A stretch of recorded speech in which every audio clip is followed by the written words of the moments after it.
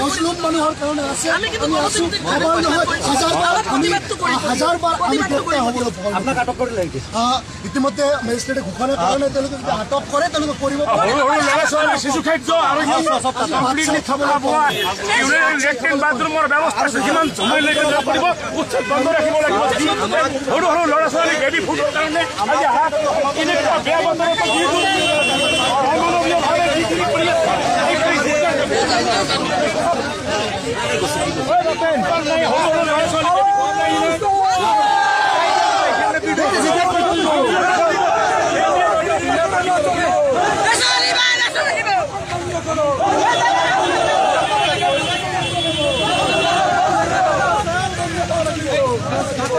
গৰু ছাগলীৰ দৰে তাতে ৰাখিছে।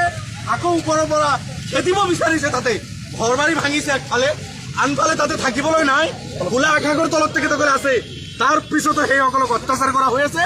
কোনো পেচাব পায়খানাৰ ব্যৱস্থা নাই, খোৱা পানীৰ ব্যৱস্থা নাই, বেবী ফুডৰ ব্যৱস্থা নাই, তিৰপাল নাই মূৰৰ ওপৰত। এই ৰদ বতাহ বৰষুণত সেইসকল আনফালে ঘৰ বাৰী ভাঙি দি আকৌ অত্যাচাৰ কৰি আছে। তাৰ পৰা ওলাব লাগে। আমি যাব বিচাৰিছো, আমাক সোমাব দিয়া নাই, আমাক সোমাব দিয়া নাই। তাতে তেখেতসকলে এই স্বৈৰাচাৰিতা বন্ধ হ'ব লাগিব। আন্দোলন আজি আৰম্ভহে।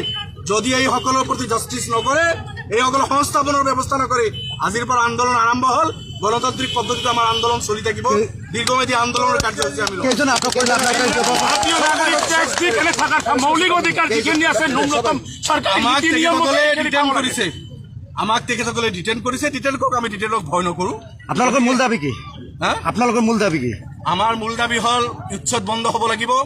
ভাৰতীয় নাগৰিক অসমীয়া এইসকলৰ অধিকাৰ আছে জীয়াই থকাৰ। তেখেতসকলৰ জীয়াই থকা অধিকাৰ কাঢ়ি ল'ব দিয়া নহ'ব। উচ্ছেদ বন্ধ হ'বলৈ অসমৰ সৰ্বত্ৰে উচ্ছেদ বন্ধ হ'ব লাগে। ইয়াতেও বন্ধ হ'ব লাগিব। আৰু অন্য ঠাইত কালি কৃষ্ণৰ কথা কৈ আছে, পাইকানত উচ্ছেদ কৰাৰ কথা কৈ আছে, কালি বন্ধ হ'ব লাগিব। দ্বিতীয়তে যিখিনি মানুহক উচ্ছেদ কৰিলে, উচ্ছেদ এজন মানুহ জীয়াই থকাৰ অধিকাৰ আছে। সাজ মাটি যদি গভৰ্ণমেণ্টৰ লাগে, এই মানুহখিনিক বেলেগ জায়গাত ব্যৱস্থা কৰি তাৰপিছত তেখেতসকলক যদি মাটি ল'ব লগা চলক। কিন্তু কোনো ধৰণৰ ব্যৱস্থা নকৰি ভূমিহীন মানুহ, এইখিনি নদীভাঙা মানুহ, তেখেতসকলৰ কোনো মাটি নাই, ক'ত যাব? এইখিনি মানুহ ৰাস্তাৰ ভিকাৰী হ'ব। তেনেকুৱা কৰিব দিয়া নহয়।